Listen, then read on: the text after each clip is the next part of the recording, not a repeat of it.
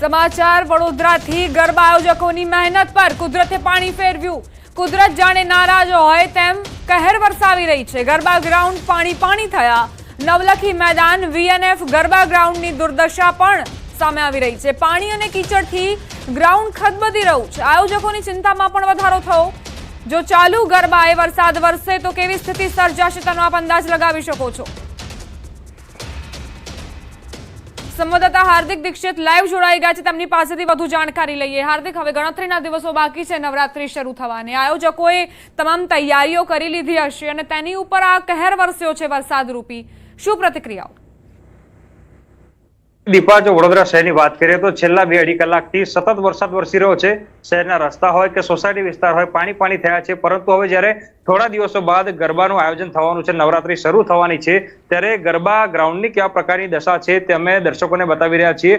તમે દ્રશ્યો જે છે તે જોઈ રહ્યા છો, તે નવલખી જે ગ્રાઉન્ડ છે ત્યાં વડોદરા નવરાત્રી ફેસ્ટિવલ નામે જે ગરબા છે તેનું ભવ્ય આયોજન જે છે તે કરવામાં આવતું હોય છે, પરંતુ વરસાદ જે રીતે પોતાનો કહેર વરસાવી રહ્યો છે તે જોતા લાગે છે કે જાણે કુદરત ગરબા આયોજકોથી નારાજ હોય। કારણ કે ગરબા આયોજકોએ જ્યારથી ગરબાની તૈયારી શરૂ કરી છે ત્યારથી રોજે રોજ વરસાદી ઝાપટા જે છે તે પડી રહ્યા છે અને આજે તો વડોદરા શહેરમાં જે મેઘરાજા છે તે મન મૂકીને વરસ્યા છે અને મેઘરાજા મન મૂકીને વરસતાની સાથે ગ્રાઉન્ડની કેવા પ્રકારની દશા થઈ છે તે જોઈ શકાય છે। દીપા, દ્રશ્યો તમે જે જોઈ રહ્યા છો તે વડોદરા નવરાત્રી ફેસ્ટિવલ કે જ્યાં 50% ઉપરની તૈયારી જે છે તે આયોજકો દ્વારા પૂર્ણ કરી દેવામાં આવી છે, પરંતુ આ ગ્રાઉન્ડની દશા જુઓ તો કોઈ પણ આ દ્રશ્યો જોઈને કહી ના શકે કે આ ગરબાનું ગ્રાઉન્ડ હશે અને થોડા દિવસો બાદ અહીંયા જે ભવ્ય ગરબા છે તેનું આયોજન કરવાનું છે। ઉલ્લેખનીય બાબત છે કે જ્યારે 2 દિવસ પહેલા વરસાદી માહોલ સર્જાયો હતો, ધોધમાર વરસાદ પડ્યો હતો, ત્યારે ગરબા આયોજકોએ ફરી એક વખત જે મહેનત છે તે કરી હતી। ફરી એક વખત ગરબા આયોજકો તૈયારીમાં જોતરાયા હતા, પરંતુ ફરીવાર કરેલી જે મહેનત છે તેના ઉપર ફરી એક વખત જે છે તે પાણી ફરી વળ્યું છે। એટલે ગરબા આયોજકો અત્યારે મૂંઝવણમાં છે કે હવે તૈયારીમાં જોતરાવું કે નહીં જોતરાવું, કારણ કે જો આ જ રીતે વરસાદ વરસતો રહેશે તો ચોક્કસથી વડોદરાવાસીઓની મુશ્કેલી વધવાની છે। પરંતુ જે ગરબા આયોજકો છે તેમને લાખો કરોડો રૂપિયાનું નુકસાન જે છે તે વેઠવું પડે તેવા પ્રકારની પરિસ્થિતિ સર્જાશે, કારણ કે ગરબા આયોજકોએ છેલ્લા ઘણા દિવસોથી જે ગરબાના પાસનું રજીસ્ટ્રેશન છે તે ઓનલાઈન શરૂ કરી દીધું છે। ઘણા એવા ખેલૈયાઓ છે કે જેઓ ગરબા રમવા માટે થનગડી રહ્યા છે, તેમના દ્વારા હજારો રૂપિયા ખર્ચીને ગરબાના પાસ જે છે તે બુક કરાવી દેવામાં આવ્યા છે, પરંતુ વરસાદ જો છે તે ગરબાના ગ્રાઉન્ડ ઉપર અત્યારે પાણી ફેરવી રહ્યો છે। તેના પરથી એવું લાગી રહ્યું છે કે જે ગરબા રમવાના શોખીન લોકો છે તેમનું જે સપનું છે તે તૂટી શકે છે અને જે ગરબા આયોજકો કે જેઓ સતત મહેનત કરી રહ્યા છે પોતાના ગ્રાઉન્ડને બચાવવા માટે, એ તેમની મહેનત જે છે તે અત્યારે પાણીમાં જઈ રહી હોય તેમ લાગી રહ્યું છે। દીપા, હાર્દિક, આયોજકો પાસે અન્ય કોઈ વિકલ્પ છે કે જેનો ઉપયોગ કરીને આ જે કીચડથી ખદબદી રહેલું ગ્રાઉન્ડ છે તેને ફરી એક વખત સાફ કરી શકાય અથવા તો તેનો અન્ય રીતે ઉપયોગમાં લઈ શકાય? કારણ કે લાખો કરોડો રૂપિયા તેમણે તો ખર્ચ્યા જ છે, પરંતુ ખેલૈયાઓ જે રાહ જોતા હોય છે વર્ષ દરમિયાન કે નવરાત્રી ક્યારે આવે અને ક્યારે ધૂમ મચે ગરબાની। બિલકુલ દીપા, જો આપણે ગ્રાઉન્ડની વાત કરીએ અને આયોજકો દ્વારા જે આયોજન કરવામાં આવ્યું છે તેની વાત કરીએ તો જે નાના ગ્રાઉન્ડના આયોજકો છે તેમના દ્વારા જે પ્લાસ્ટિક છે તે પાથરવામાં આવ્યું છે, પરંતુ જે મોટા ગ્રાઉન્ડના જે આયોજકો છે કે જેઓ ભવ્ય આયોજન કરતા હોય છે તેમના દ્વારા એવું કહેવામાં આવ્યું હતું કે જે ગ્રાઉન્ડ છે તેની આસપાસ જે પાણીના પંપ છે તે મૂકવામાં આવ્યા છે, જેથી ગ્રાઉન્ડમાં જો વરસાદી પાણી ભરાશે તો પંપ થકી જે પાણી છે તેનો નિકાલ જે છે તે કરી દેવામાં આવશે। પરંતુ દીપા, સૌથી મોટો સવાલ એ છે કે ગરબા આયોજકો હાલ પૂરતું કદાચ આ પાણીનો નિકાલ કરી દે, પરંતુ થોડી વાર બાદ ફરી જો આ રીતે ધોધમાર વરસાદ વરસે તો ફરી એક વખત જે છે તે વરસાદી પાણી ભરાશે। અત્યારે નવરાત્રી શરૂ નથી થઈ, ગરબા લોકો નથી રમી રહ્યા, ત્યારે આ દશા છે। જો લોકો ગરબા રમતા હશે ને એ દરમિયાન આ રીતે ધોધમાર વરસાદ વરસી ગયો ત્યારે આયોજકો જે અફરાતફરીનો માહોલ સર્જાશે તેને પહોંચી વળશે કે પછી ગ્રાઉન્ડ પર જે પાણી ભરાયા હશે તેનો નિકાલ કરશે। એટલે આયોજકો અત્યારે પોતે મૂંઝવણમાં છે કે હવે આગળ કઈ રીતે વધવું, કારણ કે અત્યારે આ પ્રકારની દશા છે, ગ્રાઉન્ડ પર કોઈ નથી, પરંતુ જોઈ શકાય છે કે ચારે તરફ કીચડ જ કીચડ છે। હવે જ્યારે ગરબા અહીંયા રમવાની શરૂઆત થશે ને જો એ સમયે આ પ્રકારનું કીચડ થશે અને જે ગરબાના શોખીન લોકો છે, અહીંયા હજારો અને લાખોની સંખ્યામાં લોકો રમવા માટે આવતા હોય છે।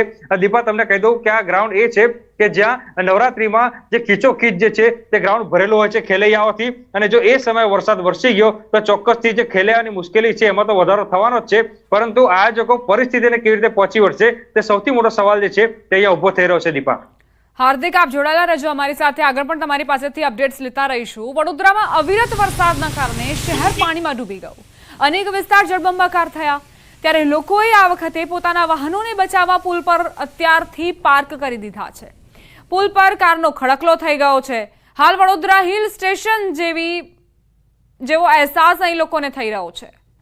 વડોદરામાં ફરી પૂરની આફત, વરસાદના કારણે ફરી લોકોની મુશ્કેલીમાં વધારો. અનેક વિસ્તારોમાં પાણી ભરાઈ ગયા છે. નીચાણવાળા વિસ્તારો પાણીમાં ગરકાવ થયા.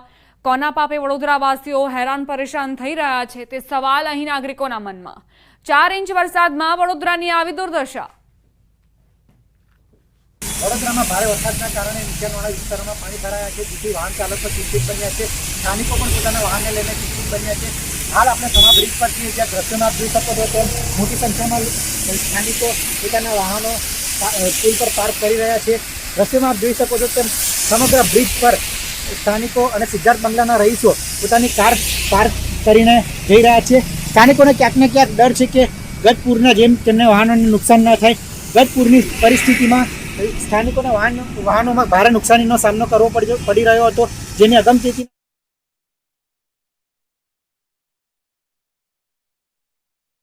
પિંકીબેન જોડાઈ ગયા છે. પિંકીબેન, આ જે વરસાદ વરસ્યો છેલ્લા થોડા કલાકોમાં, ત્યારબાદ ફરી એક વખત વડોદરાવાસીઓને ભય છે કે પૂર આવશે કે શું?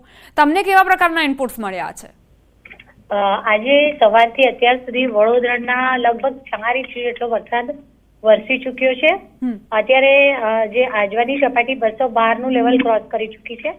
તો વિશ્વામિત્રી કાલાઘોડા જે છે ત્યાં 19 ફૂટ ની ઉપર વહી રહી છે, 19 થી 20 ની વચ્ચે. એટલે વડોદરામાં તાત્કાલિક હાલ હમણાં વરસાદ વિરામ લીધેલો છે. વરસાદે અને અમુક વિસ્તારમાં સાવ ધીમી ધારે, એટલે કે કહી શકો કે છાંટા છાંટા એવો વરસાદ વરસી રહ્યો છે. પરંતુ ઉપરવાસમાં અમારા ટેલિફોનિક સંપર્ક દ્વારા જે પંચમહાલ છે, પાવાગઢ તરફ જે વરસાદ વરસી રહ્યો છે તેના કારણે આજવાનું જળસ્તર સતત વધી રહ્યું છે. વડોદરા મહાનગરપાલિકા દ્વારા જે આગાહી, જે આ પૂરની પરિસ્થિતિ સર્જાઈ શકે તેમ છે એ માટે જે અતિ ભારેથી અતિ ભારે વરસાદની, વાવાઝોડે સાથેના વરસાદની જે આગાહી હતી એને અનુલક્ષીને ગત મોડી સાંજના વડોદરા મહાનગરપાલિકાના કમિશનર શ્રી દિલીપભાઈ રાણા દ્વારા એક તાકીદની બેઠક તકેદારીના પગલા રૂપે ગઈકાલે જ આયોજન કરવામાં આવ્યું હતું, જેમાં અમારા દ્વારા બધું જ પ્લાનિંગ કરી દેવામાં આવ્યું છે. હાલ તાત્કાલિક વડોદરા શહેરમાં વરસાદનો વિરામ છે, પરંતુ ઉપરવાસમાં પાણીના આવકનો સતત આવરો ચાલુ જ છે.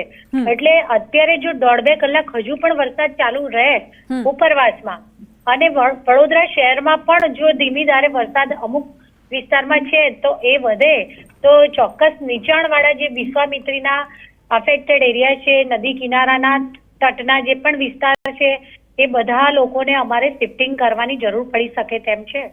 અને એ માટે ગત રાત્રિના જે મીટિંગ કરાઈ છે તેમાં અમે 20 બસો જે તે વિસ્તારમાં કે જ્યાં પૂરગ્રસ્ત વિસ્તાર તરીકે આપણે ગયા થોડાક દિવસો પહેલા એ પરિસ્થિતિનો અનુભવ કર્યો હતો, ત્યાં 20 બસો મૂકી દેવામાં આવી છે અલગ અલગ વિસ્તારોમાં.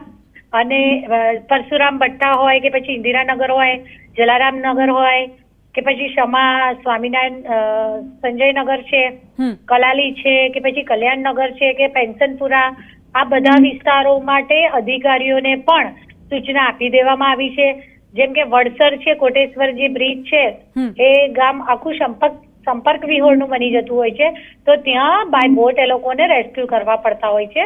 આ બધી જ વ્યવસ્થાઓ કરી દેવામાં આવી છે. ફ્લડ લાઇટ હોય કે પછી સિક્યુરિટી ગાર્ડ હોય, વાયરલેસ વોકી ટોકી હોય કે પછી કલેક્ટર હોય, પોલીસ હોય, હોમગાર્ડ હોય કે કોઈ પણ પ્રકારની બધી જ તૈયારીઓ કરી દેવામાં આવી છે. વડોદરા મહાનગરપાલિકા સંચાલિત નગર પ્રાથમિક શિક્ષણ સમિતિની શાળાઓ પણ કે જ્યાં લોકોને જો શિફ્ટિંગ કરવાની જરૂર પડે તો એમને સ્થાનિક લોકોને જે સલામત સ્થાને લઈ જવા માટે અને તેમને ત્યાં રહેવા માટે, તેમના રહેવાની, જમવાની અને જરૂર પડે તો મેડિકલ માટેની બધી જ વ્યવસ્થાઓ ત્યાં ઉપલબ્ધ કરી દેવામાં આવી છે. અક્ષય પાત્રમાં કહી અને સાંજના ભોજનની પણ વ્યવસ્થા માટે કહી દેવામાં આવ્યું છે. તો સાથે સાથે દૂધની કોથળીઓ હોય કે સૂકા નાસ્તા હોય કે પીવાના પાણી માટેની વ્યવસ્થા પણ કરી દેવામાં આવી છે. અલગ અલગ બધી જ ટીમ, પછી ગાર્ડનની હોય, હેલ્થ વિભાગ હોય, ફાયર ટીમ હોય કે બધા જ પ્રકારની બધી જ ટીમને પણ એલર્ટ કરી દેવામાં આવી છે. અત્યારે પણ જે અમારું સિટી કમાન્ડ સેન્ટર છે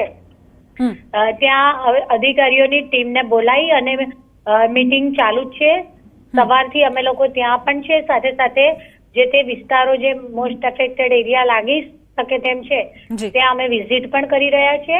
ટૂંકમાં અત્યારે હાલ તાત્કાલિક તો કોઈ ચિંતા નથી, પરંતુ જો વરસાદની જે પાણીની ઉપરવાસની આવક આમને આમ ચાલુ રહેશે અને વડોદરામાં પણ સવારથી અત્યાર સુધી 4 ઇંચ તો વરસાદ ઓલરેડી વરસી ચુક્યો છે અને જ્યાં વરસાદ વરસવાના કારણે જે વોટર લોગિંગની સમસ્યા થતી હોય છે ત્યાં એ વિસ્તારોમાં પાણી છે.